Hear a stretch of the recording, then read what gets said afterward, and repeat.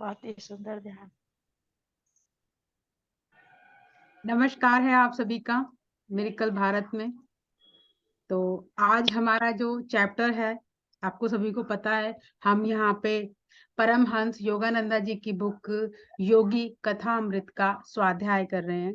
और आज हम जो स्वाध्याय कर रहे हैं जिस चैप्टर का, वो है 15वां चैप्टर, फूल गोभी की चोरी। तो आज कपिला जी बताने जा रही हैं। स्पीकर हमारी कपिला जी। कपिला जी, आपका बहुत बहुत स्वागत है आप ही के प्लेटफॉर्म पे। नमस्कार। Thank you friends, thank you so much. तो मिरेकल माइंड भारत की तरफ से मैं कपिला राठौर आप सभी स्वाध्याय प्रेमियों का इस स्टडी सर्कल में फिर से स्वागत करती हूँ। हम जो योगी कथामृत बुक कर रहे हैं, परमहंस योगानंद जी की आत्मकथा, उसका हम आज 15th चैप्टर कर रहे हैं। तो इस चैप्टर को पढ़ने से पहले फ्रेंड्स, हम कुछ एक अंश, कुछ एक पार्टिकल्स पीछे जाएंगे। जो चैप्टर्स थे उसमें क्या क्या हुआ। परमहंस योगानंद जी अपने गुरु की तलाश में थे, गुरु को ढूंढ रहे थे, फिर उनको उनके गुरु मिल गए युक्तेश्वर गिरी जी। वापस उनके साथ श्री रामपुर आश्रम में वो अपने 10 साल की जर्नी हमें बता रहे हैं। तो वहां पे क्या क्या उनको अनुभव हुए उनके बारे में उन्होंने अपने पूरे आत्मकथा के माध्यम से इस 14 चैप्टर तक हमें बताया, जहाँ पे उनको लास्ट चैप्टर में समाधि का भी अनुभव हो चुका है फ्रेंड्स। अभी आगे पढ़ते हैं। चैप्टर का नाम है फूल गोभी की चोरी। तो इस चैप्टर में क्या क्या होता है, किस तरीके से इस फूल गोभी की चोरी होती है, और इस चैप्टर का नाम ऐसा क्यों रखा गया है, आइए फ्रेंड्स हम समझते हैं। इसके लिए मैं अपनी स्क्रीन शेयर करूंगी, जहाँ पे कुछ एक पीपीटीज है जिसके माध्यम से हम आज पढ़ेंगे कि परमहंस योगानंद जी के साथ क्या क्या हुआ, और उसी के माध्यम से हमें ये पढ़ना है कि फूल गोभी की चोरी कैसे हुई, और समझते रहेंगे कि इसका क्या मतलब है। तो is my PPT available right now? Yes friends. तो इस स्वाध्याय में, इस बुक में, परमहंस योगानंद जी को चैप्टर बाय चैप्टर पढ़ रहे हैं। तो इसका हमें स्वाध्याय करना है। चैप्टर 15 फूल गोभी की चोरी के माध्यम से हम आज का चैप्टर पढ़ रहे हैं। तो यहाँ पे क्या बताया गया है फ्रेंड्स, इस फूल गोभी की चोरी के चैप्टर में, कि परमहंस योगानंद जी जो है वो बता रहे हैं कि उनका अ, फूल गोभी उन्होंने रखी थी अपने मास्टर के लिए, अपने जो गुरु है उनके लिए। कैसे? तो बोल रहे हैं कि गुरु जी आपके लिए भेंट है, इन 6 बड़ी बड़ी फूल गोभियों को मैंने अपने हाथों से लगाया है। जो ये फूल गोभी आपको दिख रही है, वो परमहंस योगानंद जी अपने गुरु को बोल रहे हैं कि मैंने अपने हाथों से लगाई है, और एक बच्चे की जैसे माँ देखभाल करती है, ऐसे ममता भरी देखभाल के साथ इसको मैंने उगाया है, और ये आपको भेंट स्वरूप है। तो ऐसा कर कर परमहंस योगानंद जी उसको अप्रोच करते हैं, प्रपोजल दे रहे हैं कि ये फूल गोभी मैंने आपको भेंट के लिए रखी है। तो उस टाइप पे वो पूरी उस टोकरी को इनके मास्टर को, इनके गुरु को दिखाते हैं। तो युक्तेश्वर गिरी जी क्या कहते हैं कि शाबाश, वो एक मुस्कुराहट के साथ इनका स्वीकार करते हैं, और कहते हैं कि आप इन्हें संभाल कर रखो। और ये हमारे कुछ ही लोग, एक विशेष कुछ होने वाला है, एक पार्टी ऐसा कुछ होने वाला है, जहां पर इस फूल गोभी का हम यूज करेंगे, ऐसा करके वो परमहंस जी को बताते हैं कि इसको संभाल के रखिए। तो योगानंद जी इस फूल गोभी को संभालने के लिए अम, रख देते हैं अपनी इसके नीचे, बेड के नीचे। तो उसके बाद वो बताते हैं कि कैसे पूर्वी उसके बेड के नीचे थी, और वहाँ पर वो लोग चले जा रहे हैं। गुरु जी ने बताया ऐसे कि हम जा रहे हैं बाहर टहलने के लिए, तो चलो आ जाओ सब, हम लोग टहलने के लिए जाते हैं। तो ऐसा करके वो लोग टहलने के लिए निकल पड़ते हैं। रास्ते में जब वो निकलते हैं, तब गुरुजी उसको बताते हैं कि मुकुंद, क्या तुमने दरवाजा बंद किया है? हमारा जो दरवाजा है, हमारे आस का, उसको मैंने बंद किया है। तो मुकुंद कहता है कि हाँ जी मैंने बंद किया है। तो वो रुक जाते हैं। ठीक है आपने बंद किया है ना, ऐसा करके वो रुक जाते हैं। उसके बाद वो मुकुंद को अ, वैसे कुछ नहीं कहते, पर कहते हैं कि अ, मेरे गुरु ने मेरी आंखों में आंखें डाल ये मुझे पूछा। तो ये बताते हैं कि हाँ किया है। तो होठों पर दबी मुस्कुराहट लिए श्री युक्तेश्वर जी चंद मिनटों के लिए चुपचाप खड़े रहते हैं। नहीं, तुम भूल गए हो, आखिर वे बोलते हैं।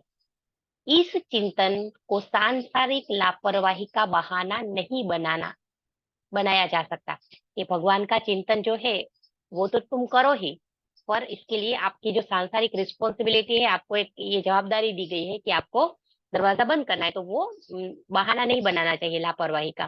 तुमने आश्रम की सुरक्षा के अपने कर्तव्य की अवहेलना की है, तुम्हें सजा मिलनी ही है, ऐसा करके वो बताते हैं कि तुम्हें तो सजा मिलनी है।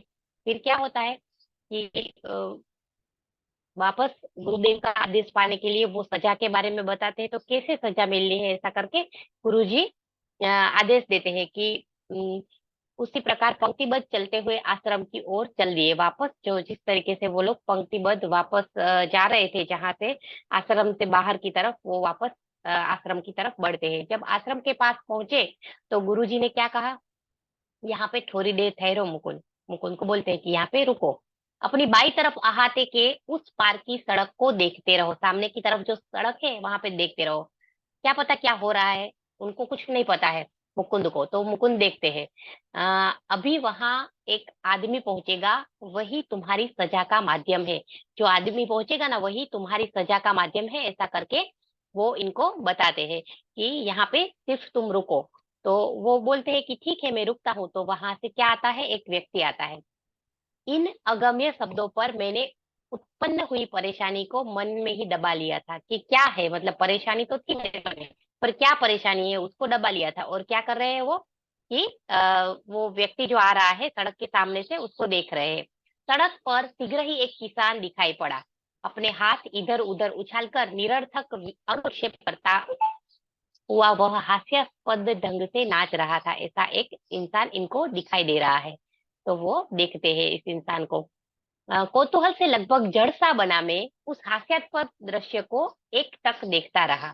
जैसे ही वह आदमी सड़क पर ऐसे स्थान पर पहुंचा जहां से वह हमारी दृष्टि से ओझल हो जाता, श्री युक्तेश्वर जी ने कहा, अब वह लौटकर वापस आएगा। तो यहाँ पे क्या समझा जा रहा है कि ये जो इंसान था वो कहाँ गया, उसके आश्रम में गया, और वहां से अभी वो वापस आ जाएगा, ऐसा करके युक्तेश्वर जी बताते हैं। फिर क्या होता है कि उस किसान ने तुरंत अपनी दिशा बदल दी और आश्रम के पिछवाड़े की ओर चला गया। पहले वो जहाँ पे था वहां से वो वापस लौटा, वो भी युक्तेश्वर गिरी जी ने मुकुंद को बताया कि देखना अभी वो वापस आ जाएगा। तो वो वापस आ गया।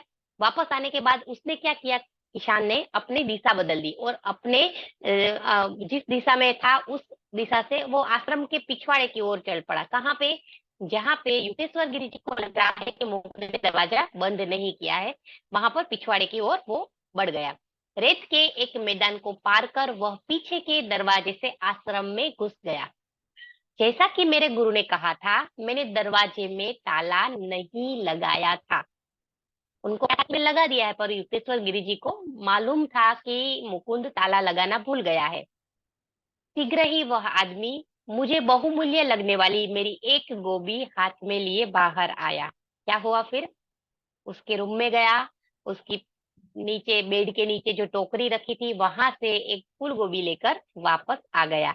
अब वह संपत्ति की महिमा से पूर्ण होकर संभ्रांत ढंग से चलने लगा। फिर क्या, उसको एक बहुत ही बड़ी चीज मिल गई है, एक बहुत ही संपत्ति मिली है, ऐसा वो मान रहा है अपने आप से। वो ऐसे मतलब प्राउड से वो बाहर आ रहा है, उसकी चाल चाल बदल गई फिर उसकी।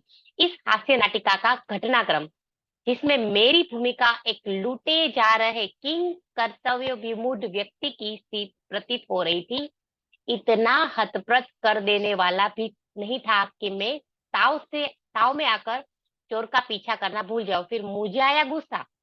फिर मैंने क्या किया, मैं इतना हतप्रत भी नहीं हुआ था कि उसका पीछा ना करूं।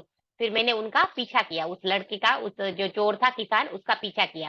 सड़क की ओर आधी दूर ही में पहुंचा था कि गुरुदेव ने मुझे वापस बुला लिया। हंसी के मारे सिर से पांव तक उसका सारा शरीर हिल रहा था। गुरुदेव हंस हंस कर लोटपोट हो रहे थे, और वो हंस रहे थे मुकुंद के ऊपर कि मुकुंद ने क्या ये किया, मजाक किया ये सब। तो इसके बारे में बताते हुए वो बोलते हैं कि ये सब कुछ मेरे साथ हुआ। तो बार बार उमड़ पड़ती हंसी ठहराव में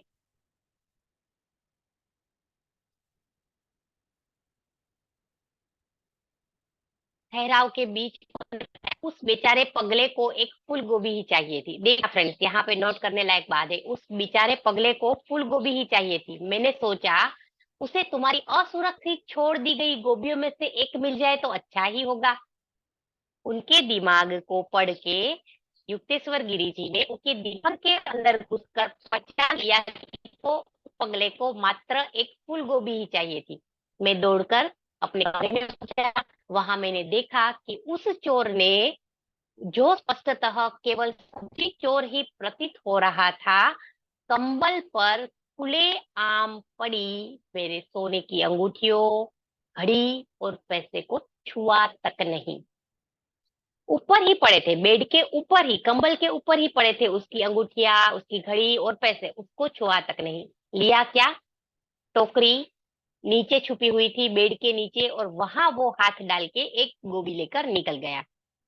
इसके बदले वह रेंग कर खटिया के नीचे घुस गया, जहां बाहर से बिल्कुल भी न दिखाई दे ऐसी गोभियों की टोकरी थी। एकमात्र मनोवांछित वस्तु उसको मिल गई। उनको चाहिए ही वो थी, फूल गोभी ही चाहिए थी, तो उसकी एकमात्र मनोवांछित इच्छा थी, तो उसने प्राप्त कर ली।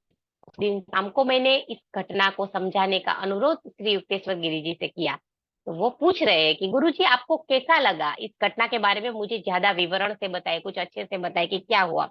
मुझे लग रहा है कि इस घटना में कुछ सामान्य स्तर पर समझ न आने वाली बातें थी, ऐसा करके मुझे ऐसा लग रहा है। तो इस पूरी हास्यास्पद घटना में क्या था कि कथानक को रेडियो की सादृश्यता से सर्वोत्तम ढंग से समझा जा सकता है, रेडियो तरंगों के माध्यम से, कि कोई भी इंसान के दिमाग में क्या चल रहा है, वो दूसरा इंसान अगर उसने इतनी सिद्धियां हासिल कर ली है तो वो उस तरंगों के माध्यम से समझ सकता है, टेलीपैथी, है ना फ्रेंड्स। मेरे गुरु एक सर्वांग पूर्ण मानव रेडियो थे, इसको नोट किया जाए। युक्तेश्वर गिरी जी एक मानव रेडियो थे।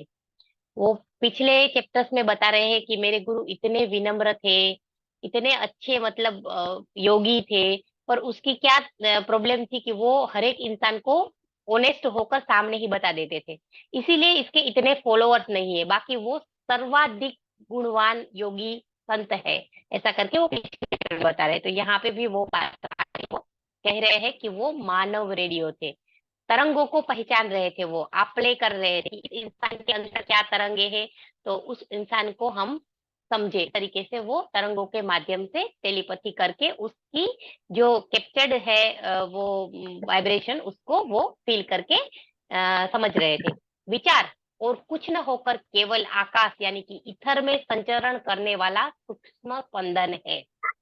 जिस प्रकार उचित स्वर समंजस करते ही, स्टेशन मिलते ही, हर दिशा से आने वाले हजारों अन्य कार्यक्रमों में से आपको जो गाना सुनना है वही गाना रेडियो पकड़ता है। हम जिस फ्रिक्वेंसी को ट्यून करते हैं उसी फ्रिक्वेंसी पे रेडियो बजता है। 90.91.2 हमारे यहाँ पे आता है, तो हमें मुझे वो चलाना है तो मैं उसी फ्रिक्वेंसी को ट्यून करूंगी। अगर वो थोड़ी कम, थोड़ी ज्यादा फ्रिक्वेंसी हो गई तो वो गर गर आवाज आएगी, या तो दूसरा स्टेशन पकड़ा जाएगा। तो यहाँ पे वो रेडियो स्टेशन की बात हो रही कि रेडियो की फ्रिक्वेंसी जो है उस फ्रिक्वेंसी को ट्यून कर रहे हैं वो। तो उसी प्रकार विचारों को प्रसारित करने वाले विश्व के मानव मनों के असंख्य विचारों में से एक अचूक अचूक प्रसंगोचित विचार, जो क्या था, फूल गोभी के लिए लालायित उस अर्धविक्षिप्त मनुष्य के विचार, जो मंद बुद्धि का जो इंसान था, उसके मन, उसकी जो विचार थे कि उसको फूल गोभी चाहिए थी, उसको इन्होंने पकड़ लिया युक्तेश्वर जी ने। तो इसकी बात यहाँ पे वो कर रहे हैं। फिर उसके बाद क्या हुआ, वो बता रहे हैं कि हमने जो जिस रेडियो तरंगों को पकड़ा, तो ये जो स्टेशन था वहां से हमें बात पता चल गई कि ऐसा गुरुजी ने किया है। तो फ्रेंड्स, इतनी सारी पावर हमारे अंदर भी है, सिर्फ और सिर्फ ये मेडिटेशन से, ध्यान से हो सकता है जो वो करते थे। और उन्होंने बहुत सारी प्रैक्टिस भी की थी, उसके माध्यम से वो इतनी सिद्धियां प्राप्त करके वो आगे बढ़ चुके थे। इसके बारे में यहाँ पे बात है। तो ये हुई 25 हुई कि जहाँ पर उसने उस इंसान के मन की जो संवेदना थी वो वाइब्रेशन के माध्यम से कैच करी, और वो समझ गए, पता चल गया उनको, और उन्होंने क्या किया, उसके दिमाग के वही तरंगों को उसके अंदर डाला। उसको चाहिए था क्या? फूल गोभी चाहिए थी। तो फूल गोभी को ही तुम लेकर वापस आ जाओगे, ऐसा करके उन्होंने मनोसंदेश दिया अपने मन के माध्यम से, क्योंकि ऊपर सभी चीजें पड़ी थी, उसको किसी को भी छूना नहीं है, सिर्फ तुम्हें फूल गोभी चाहिए, तो फूल गोभी लेकर वापस आ रहे हो। ऐसा करके वो उसके दिमाग से टेलीपैथी के माध्यम से बात कर रहे हैं। तो यहाँ पे ये बात हो रही है। तो ये पहला इंसिडेंस बना। फिर दूसरा इंसिडेंस क्या था कि दूसरे इंसिडेंस में वो बता रहे हैं कि उनके जो गुरुदेव है, जो रेडियो तरंगों की जो बात करी, फिर मन की जो संवेदना है, संवेदनशील रूप से ग्रहणशील हो गए जो भी विचार। समुद्र तट की ओर चलते समय जैसे ही गुरुदेव ने उस किसान की साधारण लालसा के विचार को पकड़ा, वैसे वे उस लालसा की पूर्ति करने के लिए तैयार हो गए। उसको लगा कि ये इंसान को चाहिए क्या? फूल गोभी चाहिए, तो वो तैयार हो गए कि ठीक है, उसको दे देना चाहिए। उनकी दिव्य दृष्टि ने शिष्यों को दृष्टिगोचर होने के पहले ही सड़क पर नाचते आ रहे उस आदमी को देख लिया था। इतनी दिव्य दृष्टि थी कि पहले से ही उन्होंने देख लिया था कि वो आदमी आ रहा है। शिष्यों ने तो बाद में देखा, मुकुंद ने तो बाद में देखा, उन्होंने पहले ही देख लिया था। आश्रम के दरवाजे में ताला लगाने की मेरी भूल से गुरुदेव को मुझे अपनी प्रिय गोपियों में से एक से वंचित कर देने का सहज बहाना मिल गया था। तो फिर वो बोलते हैं ना कि तुम्हें इसकी सजा तो मिलनी ही चाहिए, तो ये सजा थी। इस प्रकार एक ग्राही यंत्र का काम करने के बाद श्री युक्तेश्वर जी ने अपनी अत्यंत शक्तिशाली इच्छा शक्ति को प्रयुक्त कर एक प्रसारण यंत्र का काम किया। वो एक प्रसारण यंत्र बन गए, एक यंत्र साधन बन गए, रेडियो फ्रिक्वेंसी के माध्यम बन गए। उस भूमिका में उन्होंने उस मनुष्य को अपनी दिशा बदलने और केवल एक फूल गोभी के लिए एक निश्चित कमरे में जाने का सफलतापूर्वक निर्देश दिया। आश्रम के तो बहुत सारे कमरे थे, हर एक कमरे में जाकर वो चोरी कर सकता था, पर नहीं, उसने उसका माध्यम समझ लिया, उसके विचार समझ लिए और वही कमरे में भेजा और स्पेशली मुकुंद को बोला कि तुम्हें उसकी सजा मिलनी ही चाहिए। तो सजा क्या थी? उसकी एक फूलगोभी कम हो जाएगी, ये वाली सजा थी। तो उन्होंने इस सजा के माध्यम से मुकुंद को बताया कि ये तुम्हारी सजा है। तो यहाँ पे वो बात हो रही है कि तरीके से वो अपने ये टेलीपैथी के माध्यम से इनके विचारों को पकड़कर फिर ले ले रहे हैं, और इस मनुष्य के अंदर अपने भी वाइब्रेशन डालकर फिर कैसे वो प्रोसेस कर रहे हैं, इसके बारे में बात है कि ये मन की जो स्थिति है, पूरे मन की जो कैपेसिटी है, उसके बियॉन्ड जाके भी हम, हमारे अंदर इतनी सिद्धियां है तो हम वो कार्य कर सकते हैं। इसका ये माध्यम है और इसकी बात यहाँ पे बताई जा रही है। तो ये पहला इंसिडेंस था और इस प्रकार वो ग्राही यंत्र बन गए। और पूरे जो मन की जो स्थिति है, यहाँ पे वो बताया गया है कि एक इंसान कैसे वो ग्राही यंत्र बन जाता है, वो फ्रीक्वेंसी का माध्यम बन जाता है और दूसरे इंसान के मन की वो समझ सकता है भावना। तो इसके बारे में बात है। ये बहुत ही हाई लेवल का साधना है, परिश्रम है, अभ्यास है। तो इसका यहाँ पे विवरण किया गया है, उसके बारे में ये पूरा अंतर्ज्ञान आत्मा क्या होती है उसका मार्गदर्शन यहाँ पे दिया गया है। तो मेरे ख्याल से ये समझ रहे हो फ्रेंड्स आप? ओके। तो यहाँ पे बताया कि जी यस, इस प्रकार। कि उनको मतलब कि वो शिष्य के दिमाग में क्या चल रहा है ना, वो टोटली उनको गुरु को पता होता है कि इसे कब यस, क्या चीज चाहिए। क्योंकि जब हम विचार करते हैं कि आज मेरा कहीं है ये लेक्चर है विचारों के ऊपर है, तो जिनमें ये शक्ति या सिद्धि आ जाती है ना, तो अपने मन के साथ में दूसरे मन के अंदर चलने वाले विचारों को भी पकड़ सकते हैं, वो जान सकते हैं, क्योंकि विचार किसी स्पंदन के माध्यम से कार्य करते हैं। जी। यस, यस, बिल्कुल।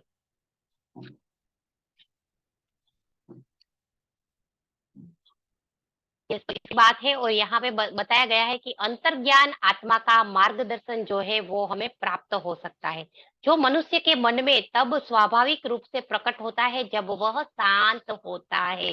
इसको नोट कर लिया जाए फ्रेंड्स कि जब हम ज्यादातर शांत होते हैं तभी हमें ये मार्गदर्शन मिलता है। लगभग हर व्यक्ति को कभी न कभी कोई सच्चा पूर्ण संकेत मिलने का अनुभव हुआ ही होगा। तो इसके बारे में भी वो बता रहे हैं कि हर एक व्यक्ति को होता है। टेलीपैथी के बारे में हम क्या नहीं जानते फ्रेंड्स, हम हमें पता ही है कि आज किसी को हमने याद किया और फटाक से उसका फोन आ जाता है। हम चाहते थे कि उसको फोन करें, तब भी उसका फोन आ जाता है। हम उसको मिलना चाहते थे तो अचानक से वो व्यक्ति हमारे सामने आ जाता है। ऐसे बहुत सारे हमारे खुद के भी अनुभव है, तो वो हमारे लिए हिडन है, वो हमें समझना है। अभी तो हम उस अवस्था में भी नहीं पहुंचे, तब भी हमारे साथ ये हो रहा है। तो सोचिए कि अगर उस अवस्था में हम पहुंच गए तो हमारे साथ कितने अच्छे मिरेकल्स हो सकते हैं। तो ये वाली बात यहाँ पे बताई गई है। जिसका कोई भी स्पष्टीकरण नहीं होता, या कभी न कभी लगभग हर व्यक्ति ने किसी दूसरे व्यक्ति को अपने विचार ऐसे के ऐसे संप्रेषित किए हैं। तो ये हमें पता ही है, हमें मालूम ही है, और हम जानते भी है कि ऐसा हमारे साथ हुआ था।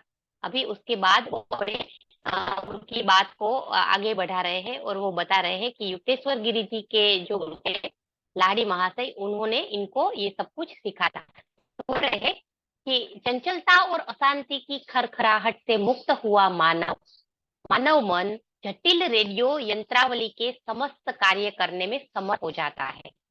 तो हम क्या कर रहे हैं अभी? खर खर खर हमारे मन की आवाज को ही सुन रहे हैं।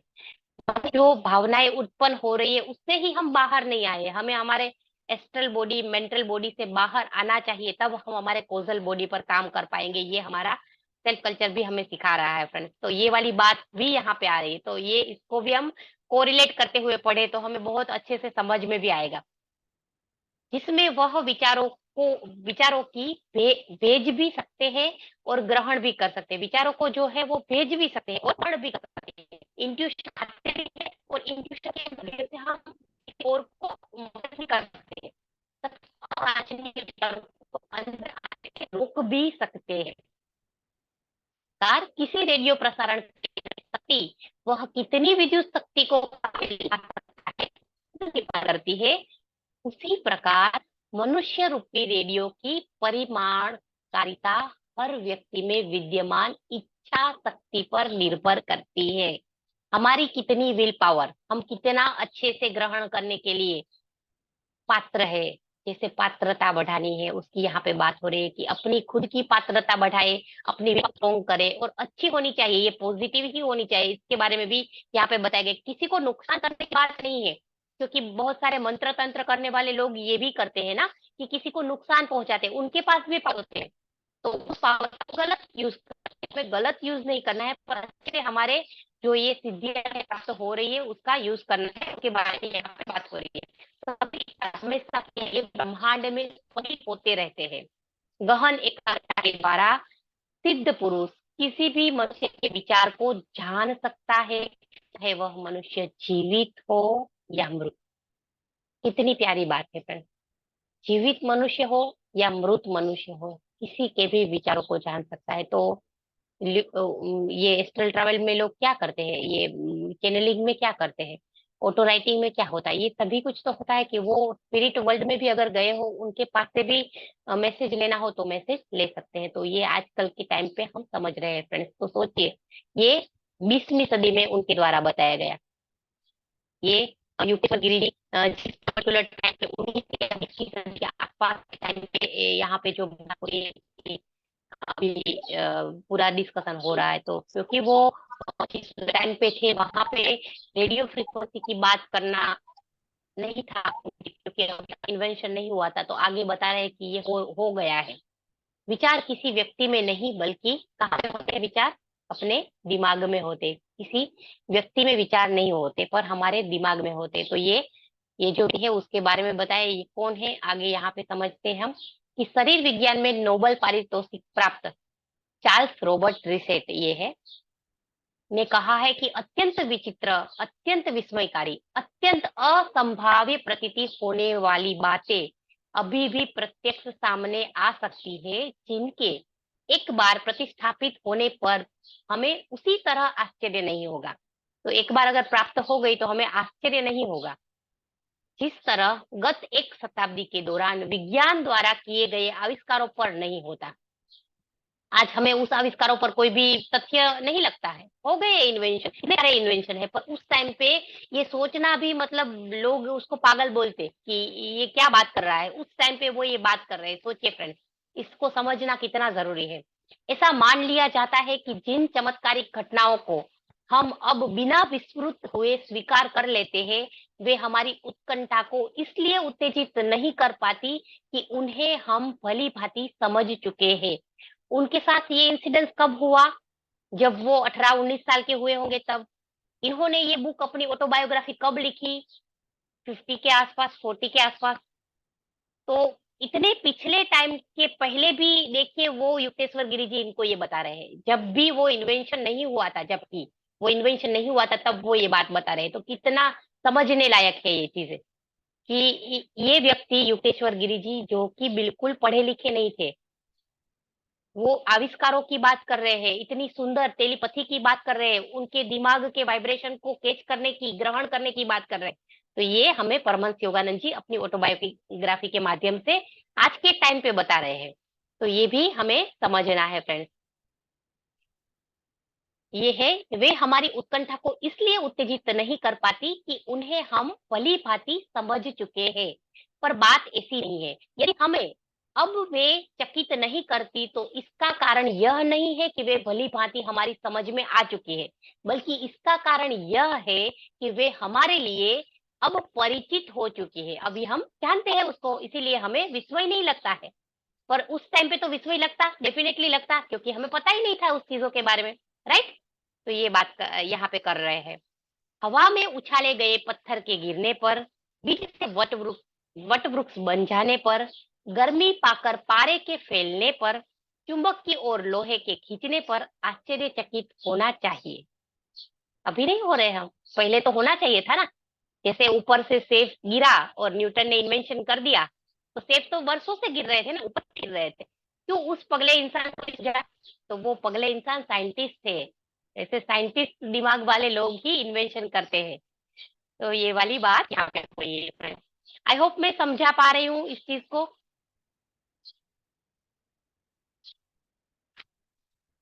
बहुत अच्छा एक्सप्लेन कर रहे हैं मैम, बस जी आपने कंटिन्यू। मैं तो कि आज जब मुझे समझना था, बताना था ना, वो सब कुछ आपने बता दिया। हाँ, बहुत अच्छा एक्सप्लेन कर रहे हैं। बहुत अच्छा। Continue please. ठीक।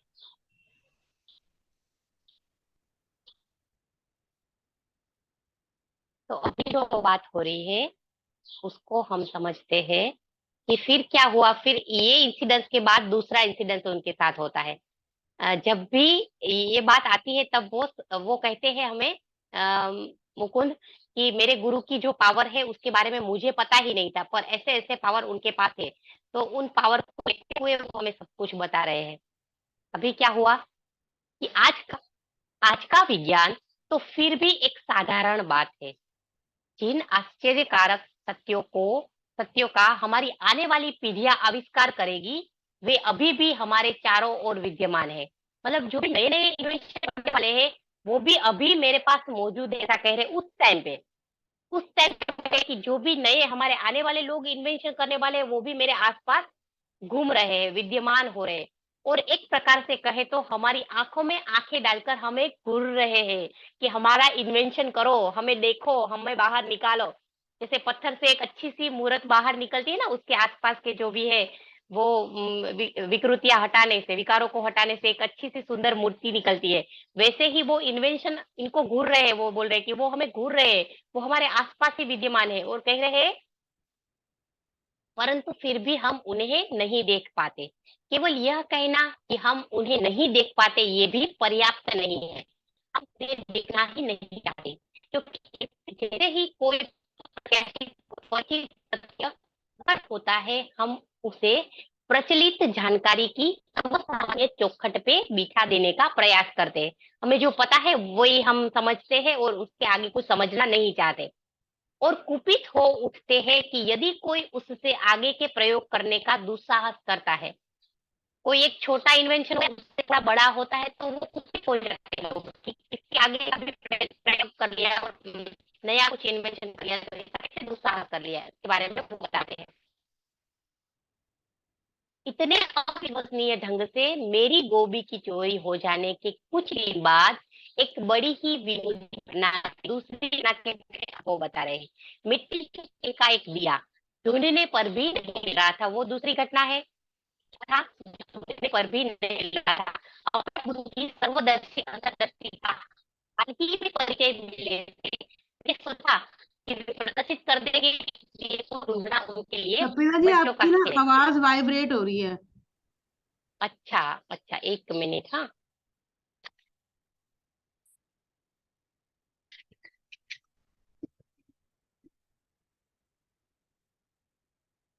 Hello, am I audible now?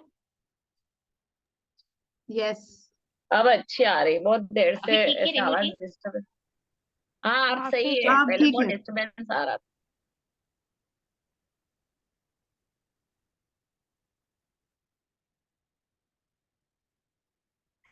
मेरी आवाज आ रही है अभी?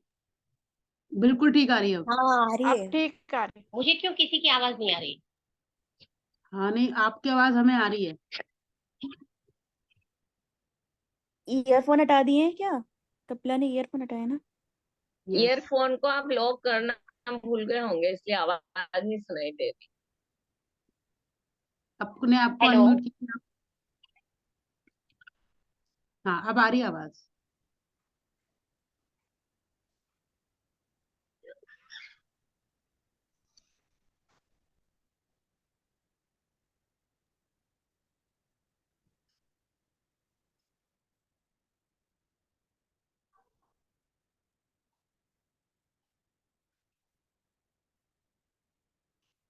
तो जैसे कि अब फूल गोभी की चोरी में यस। बताए हैं कि कैसे विचारों को पकड़ने की अगर हमारे गुरु में वो शक्ति है, तो वो हमारे हर प्रकार के विचारों को पकड़ लेते हैं, जान लेते हैं कि शिष्य के मन में क्या है और सामने वाला क्या चाहता है हमसे। जी कपिला जी, कंटिन्यू कीजिएगा।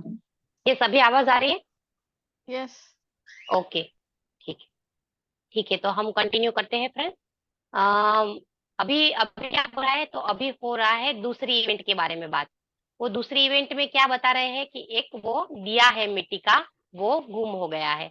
तो इनको ऐसा लगता है कि अगर दिया गुम हो गया है तो मेरे गुरु के पास तो इतनी पावर है कि वो दिए को भी ढूंढ निकलेंगे। तो अभी मुझे दिए के बारे में ढूंढना नहीं है। दिए के बारे में हमें ढूंढना नहीं है। तो उस दिए को ढूंढने के लिए मुझे कोई मेहनत करने की जरूरत नहीं है, मेरे गुरुजी ही मुझे बता देंगे, क्योंकि उनके पास तो इतनी अच्छी पावर है। तो वो पावर को समझते हुए वो कह रहे हैं कि मैं इतना विस्मयकारी हो गया, गुरुदेव मेरे मन की बात ताड़ गए।